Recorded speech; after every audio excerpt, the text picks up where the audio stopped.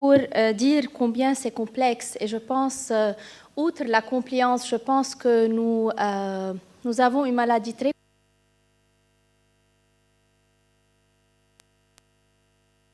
importante, mais qui fait aussi que le contrôle est plus difficile. Donc, vous avez vu beaucoup de fois ce diapo, mais je veux insister un peu sur le rôle TH1, TH2 qui tient toujours, le TH2 étant un T-lymphocyte important dans l'allergie. L'autre slide montre aussi la complexité, mais aussi le fait que l'allergie et l'asthme ne sont pas seulement une maladie locale des poumons, mais c'est une maladie systémique. Et je pense que ça, c'est très important à considérer que l'inflammation, elle commence peut-être par une entrée des allergènes au niveau des poumons, mais avec l'interaction des TH2, l'activation des mastocytes et la production de tous les chymokines et cytokines, l'adhésion, production d'éosinophiles, la maladie devient systémique et c'est pourquoi aussi l'inflammation peut être parfois difficile à contrôler. Donc l'asthme et les maladies allergiques sont en augmentation au monde et c'est pourquoi le World Allergy Organization a publié récemment un papier pour au fait insister sur ce point que les allergies sont en augmentation. C'est une proportion épidémique, surtout chez les enfants et adultes jeunes, mais aussi chez les adultes plus âgés. L'allergie interagit avec beaucoup de facteurs environnementaux, surtout polluants, infections, les virus, notre style de vie, l'hypothèse de l'hygiène, la diète aussi qui augmente cet impact sur la maladie chronique. Il y a aussi l'effet socio-économique. Et c'est pourquoi c'est très important d'augmenter l'awareness ou l'éducation pour améliorer la prise en charge du patient. 30 à 40% des gens au monde souffrent de maladies allergiques. 300 millions d'individus ont de l'asthme et ceci peut augmenter jusqu'à 400 millions en 2025. La rhinite allergique est un facteur majeur, risque facteur majeur de l'asthme et affecte 400 millions de gens chaque année, en plus de l'allergie alimentaire. Malheureusement, on a toujours une morbidité et mortalité élevée à cause de l'asthme. Et comme j'ai présenté au début, parce que je pense que c'est une maladie complexe, il y a plusieurs manifestations des maladies allergiques et qui peuvent être des comorbidités avec l'asthme, en particulier la rhinite, la conjonctivite. Et donc, il faut qu'il y ait une conduite à tenir intégrée et de collaboration pour améliorer le traitement. Si on voit par exemple la rhinite allergique, elle est liée très bien avec l'asthme, mais aussi avec d'autres maladies allergiques telles que la dermatite atopique, la conjonctivite, sinusite, la polypose nasale, les infections respiratoires supérieures, otite moyenne. Et ceci diminue la qualité de vie. On a un désordre au niveau du sommeil, on a un problème au niveau de l'éducation et de l'assimilation, surtout chez les enfants. On a aussi des problèmes au niveau dentaire ou de respiration. Donc, les problèmes d'allergie, comme mentionné, augmentent avec les changements environnementaux, en particulier la théorie de l'hygiène. Et donc, il faut qu'il y ait un accès à meilleures conditions, que ce soit environnementales ou alimentaires. Il faut limiter l'exposition au tabac, que je pense est très importante ici dans notre pays. Et bien sûr, il y a d'autres facteurs d'environnement. Les allergènes qui entraînent la précipitation de l'asthme allergique sont multiples. Bien sûr, on a les pollens et au Liban, on a beaucoup de pollen et on est un peu particulier parce que la pollinisation peut survenir toute l'année et pas seulement au printemps. On a bien sûr les moisissures, surtout l'aspergillus durant les mois de pluie. Et on a d'autres indoor allergens comme les acariens, bien sûr, les dust mites, les insectes, les pets, chats et chiens, qui deviennent aussi de plus en plus fréquents dans notre pays. La prévalence d'exposition, bien sûr, change d'un pays, d'une région à l'autre et d'une personne à l'autre, mais il faut considérer tous ces facteurs, tous ces allergénisants quand on traite un malade asthmatique. On a d'autres allergènes non inhalés, par exemple les allergènes alimentaires comme l'allergie aux cacahuètes, autres noisettes, etc., au blé, soja, œufs, poulet, etc. Au Liban, j'ajouterai par exemple le sésame qui est un facteur allergénisant important comparé aux peanuts dans les pays développés. Et on a d'autres maladies allergiques. Donc, bien sûr, au Liban, on n'a pas d'étude du coût de l'asthme, mais bien sûr, c'est un coût augmenté parce que surtout, ça affecte la qualité de vie des malades. Ça, c'est des exemples pris du World Allergy Organization, combien le coût dans les pays développés. Comme j'ai dit, on n'a pas d'études ici au Liban.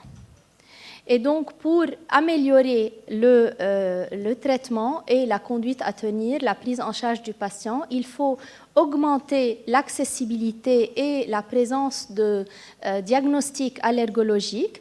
Il faut aussi faire plus de recherches pour augmenter la possibilité de tolérance aux allergènes pour diminuer la progression de la maladie. Et comme le World Allergy Organization a bien mentionné, il faut une approche multidisciplinaire entre plusieurs équipes et médecins pour améliorer la conduite à tenir. Donc, je vais un peu parler du lien entre l'asthme et la rhinite allergique. On sait que la muqueuse bronchique et nasale ont des similarités. Et les études épidémiologiques ont montré à plusieurs reprises qu'il y a une relation entre l'asthme et la rhinite allergique. Et donc, la majorité des patients qui ont un asthme allergique ou non allergique ont une rhinite. Et la rhinite allergique est associée avec, c'est comme un facteur de risque pour l'asthme. Et donc, beaucoup de malades qui ont la rhinite allergique ont une hyperréactivité bronchique et ceci est très bien clair quand on fait par exemple un Methacolin Challenge, c'est chez un malade non asthmatique, non connu asthmatique, mais qui a une rhinite allergique, on va avoir un Positive Methacolin Challenge. Et donc, quand on va voir un malade qui a un asthme, il faut bien faire une évaluation de la rhinite allergique. Je reviens un peu à l'immunologie. Ça, c'est un cartoon un peu simple, mais qui résume un peu l'interaction entre l'IgE et les mastocytes, qui vont libérer tous les cystényl-leucotriènes, PAF, Platelet Activating Factor, histamine, etc. Et ce qui est aussi à rappeler que la réaction allergique a deux phases, une phase aiguë et une phase chronique. D'habitude, quand on va à nos malades, c'est surtout dans la phase chronique qui devient aussi une phase de maladie systémique. De plus en plus, dans les publications, on trouve un rôle très important maintenant des cellules T et pas seulement des mastocytes dans la pathophysiologie de l'asthme allergique. Donc ça rappelle un peu la early phase et late phase. Donc, et quand on traite seulement une partie, on n'a pas un bon contrôle. Et c'est pourquoi, malgré tous les développements des médicaments, on a toujours un problème avec le traitement de l'inflammation. On a vu cette slide, je pense, plusieurs fois, mais juste pour rappeler la prévalence similaire entre la rhinite allergique et l'asthme. Et donc, j'ai aussi parlé des outdoor et indoor allergens qui sont importants. Il faut aussi ne pas oublier la partie qui n'est pas très fréquente, mais aussi très importante des malades qui ont un asthme exacerbé par la prise d'anti-inflammatoires non stéroïdiens ou l'aspirine. Donc, le traitement doit être concomitant en même temps pour la rhinite et pour l'asthme. On a plusieurs médicaments, les corticoïdes inhalés, les antileucotriènes et donc d'autres traitements pour contrôler la rhinite allergique, comme par exemple l'immunothérapie spécifique contre les allergènes spécifiques. Ça, c'est une slide qui montre un peu la similarité entre le nasal scraping dans la rhinite allergique et l'asthme tissu bronchique où on voit beaucoup d'éosinophiles dans le upper and lower airway. Donc ça, c'est une slide qui montre 80% des malades asthmatiques ont une rhinite allergique. Peut-être pas tout le monde est d'accord dessus, mais je pense que ça vaut la peine quand on voit un malade asthmatique d'évaluer l'état de la rhinite. L'asthme est aussi un problème pour la qualité de vie.